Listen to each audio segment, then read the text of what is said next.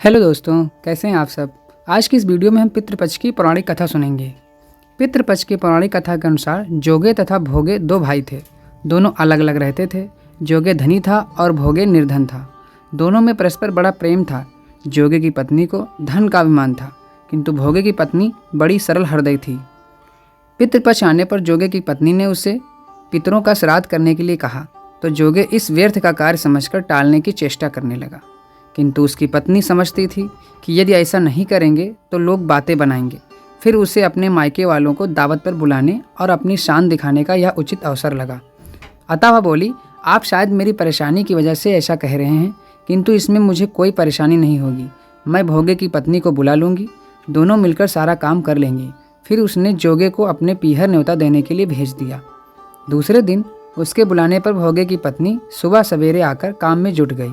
उसने रसोई तैयार की, अनेक पकवान बनाए, फिर सभी काम निपटाकर अपने घर आ गई। आखिर उसे भी तो यह पितरों का श्राद्ध तर्पण करना था। इस अवसर पर न जोगे की पत्नी ने उसे रोका, न वह रुकी। शीघ्र ही दोपहर हो गई। पितर भूमि पर उतरे। जोगे भोगे के पितर पहले जोगे के यहाँ गए तो क्या देखते हैं कि उसके ससुराल वाले वहाँ भोजन पर जुटे हुए हैं। निराश होकर वे भोगे के यहाँ गए। वहाँ क्या था, मात्र पितरों के नाम पर अग्यारी दे दी गई। पितरों ने उसकी राख चाटी और भूखे ही नदी के तट पर जा पहुँचे। थोड़ी देर में सारे पितर इकट्ठे हो गए और अपने अपने यहाँ के श्राद्धों की बढ़ाई करने लगे। जोगे भोगे के पितरों ने भी अपनी आप बीती सुनाई। फिर वे सोचने लगे, अगर भोगे समर्थ होता तो शायद उन्हें भूखा ना रहना पड़ता, मगर भोगे के घर में तो 2 जून की रोटी भी खाने को नहीं थी। यही सब सोचकर उन्हें भोगे पर दया आ गई। अचानक वे नाच नाच कर गाने लगे, भोगे के घर धन हो जाए, भोगे के घर धन हो जाए।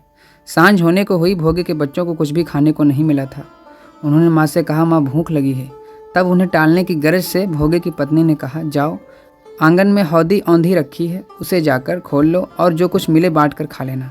बच्चे वहाँ पहुँचे तो क्या देखते हैं कि हौदी मोहरों से भरी पड़ी है। वह दौड़े दौड़े माँ के पास पहुँचे और उसे सारी बातें बताई। आंगन में आकर भोगे की पत्नी ने यह सब कुछ देखा तो वह भी हैरान रह गई। इस प्रकार भोगे भी धनी हो गया, मगर धन पाकर वह घमंडी नहीं हुआ।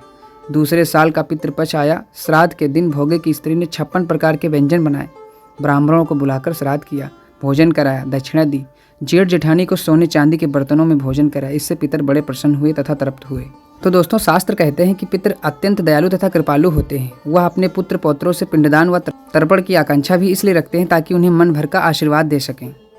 श्राद्ध तर्पण से पितृ को संतुष्टि मिलती है। पितृगण प्रसन्न होकर संतान सुख, धन धान्य, विद्या, राज, सुख, यश, कीर्ति, पुष्टि, शक्ति, स्वर्ग एवं मोक्ष तक प्रदान करते हैं। लेकिन वे इतने नाजुक होते हैं कि छोटी सी गलती उन्हें आहत कर देती है। वे अपनी उपेक्षा से रूठ जाते हैं। अगर वे देखते हैं कि कोई उनके वंशज सामाजिक बुराई में लगे हैं, बैर, क्रोध, नशा या अपशब्द से वे कुपित हो जाते हैं और शाप देकर जाते हैं। अतः ध्यान रखें कि ऐसा कोई काम ना करें जो उन्हें दुखी करे। तो दोस्तों, आप लोगों को ये कथा पसंद आई होगी। अगर पसंद आई तो वीडियो को लाइक कर चैनल को सब्सक्राइब कर लीजिए।